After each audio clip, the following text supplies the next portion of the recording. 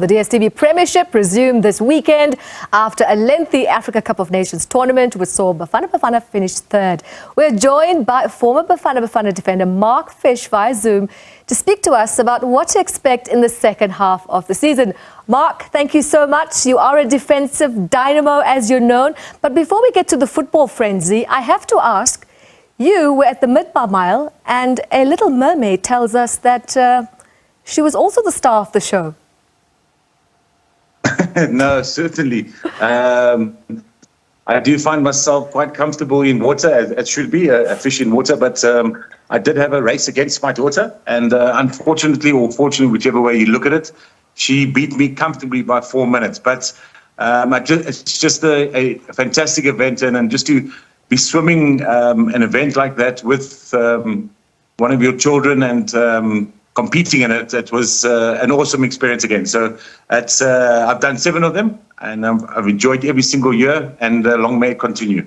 Well, you're as only good as your last one, and getting beaten by your daughter would assume that it was a lot more challenging than defending a free kick? Definitely. I think that, yeah, it is certainly. I think that we have certain aspects that are a lot more challenging in the water. But I felt more comfortable on a football field than certainly swimming in the mid-bar mile. All right, let's talk about your recent trip to Ivory Coast with CAF. As we would have it, you have the inside scoop. Were you there just as a football ambassador, or were you there as a talent scout, or both? So no, I was Zai. I was actually very fortunate to be employed by CAF, the federation, part of the technical study group. So they appointed a couple of us, and they put two individuals at each stadium. And I, again, was very fortunate to be at San Pedro, which was Group F, which was obviously the group of Morocco's group. And very fortunate, again, to be there in the stadium when the boys beat Morocco 2-0. A fantastic match for me. It was a performance that it's a long time since I've watched a Bafana performance like that. You saw the unity on the field, on and off the field, and just the discipline of the performance. You know, you've got to pay a lot of respect to Hugo Broos and his technical team, because, you know, many of us football fans, we've been very critical of Bafana over the years, and we saw something that's taken him a while to put together, which is, I think, always a plea for us as ex-players and obviously as football fans, is to be patient, especially with a national team coach, because you have a coach that comes in and he needs to look at the players that are there and look at the players that are available for him. And, you know, over the period of time that he has been there, he has molded a team that's, you know, a few veterans, but a few juniors, younger players coming in. And, you know, this is what a coach needs to do. He needs to be able to bring the players that are able to play in the national team and for the national team on big occasions like this. You know, the AFCON is a tournament that if you haven't played in it, you wouldn't understand the difficulty, the challenges, and especially playing away from home, playing in a country like Ivory Coast, where the conditions are very difficult to play in. You know, the temperatures are always very challenging. So the players, you know, I think that for me was one of the key performances for Bafana, how physically, you know, they were able to compete not only for the 90 minutes, but for many of the game, 120 minutes, you know, to the end. So the physical condition of the players was certainly something to admire. And then again, you know, as I said, the technical and tactical performance of, you know, Hugo Broos and his technical team and the players. You know, we see there, you know, them holding him up, because I think that we can see in that picture is that they know they have a coach that trusts and believes in them, and likewise, he believes in his players. You know, I certainly watched the game against, you know, Nigeria, where unfortunately we lost on penalties. You know, he was calm on the bench, where the Nigerian coach was, you know, quite demonstrating in how he was talking to his players. So Hugo Broos has a calm way about him, and the players understand it. And again, we look at that team. You know, we had a team. We always say when we have a good football team, the spine of the team, the middle of the team, going down with the spine, has to be strong, and that's exactly what we saw. So again, we can we're all proud of the performance. We are, if you want to say, we've regained more Bafana fans, or we've brought Bafana fans back to be Bafana fans.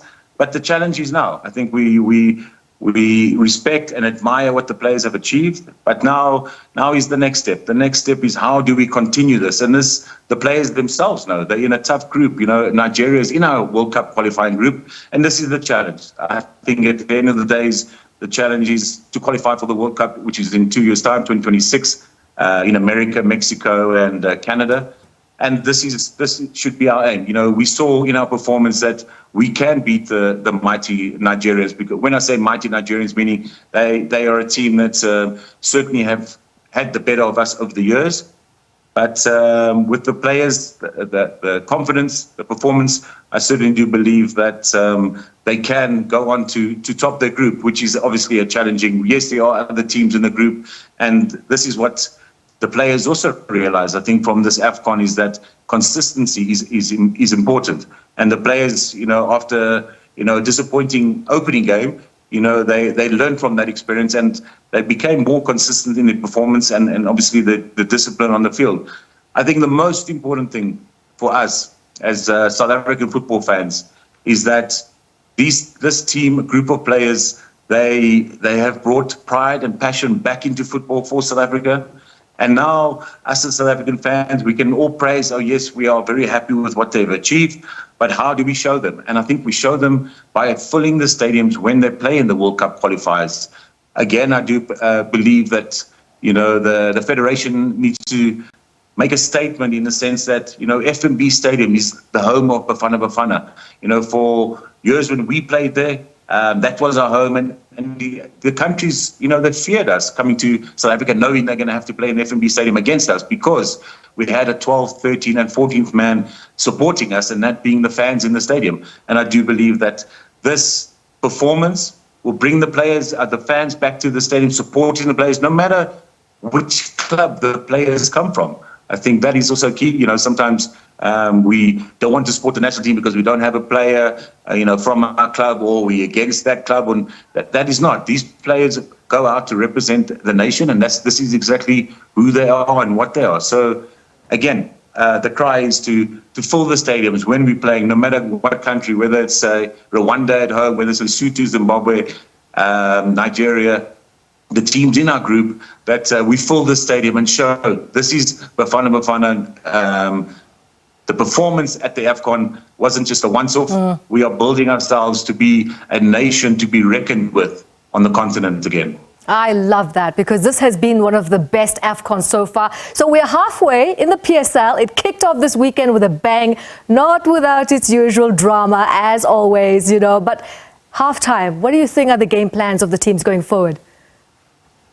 No, again, I think the PSL is a league that we know is a very well-run league. It's very challenging. We do know that we have a team by the name of Mamelodi Sundowns that, you know, they're just called Sundowns now, but they have dominated over the years. So over the last couple of years, but the PSL, you know, I do feel that the players that showcase themselves, not only in the PSL and, you know, the couple of individuals that were, you know, playing in the AFCON, this for me is key. You know, when you're playing in the PSL and playing at the level and standard that you can play at the highest level standard you can play in your country, you have the chance to go and not only play for your country. We do have obviously many foreigners in our leagues that play for different countries, but this league is an opportunity for you to showcase your talent so that you can not only play, which most of us want for Bafana Bafana, but hopefully go on to bigger, when I say bigger things, where you're playing in leagues that are probably got the best players in the world. You're playing against them week in, week out. So again, it's the draw with Pirates last night that makes the table look a little bit better, but you know, Sundowns still have 2 games in hand, and the challenge is on the rest of the league to make sure that they can haul Sundowns in. I think that's what all the other teams that are playing, this is what they want, and let's hope that it can go down a lot longer, a lot further into the season than previously expected. Mark, you've always been the best defender. Now you're here defending our spirits in trying times. You've been an absolute beacon of light.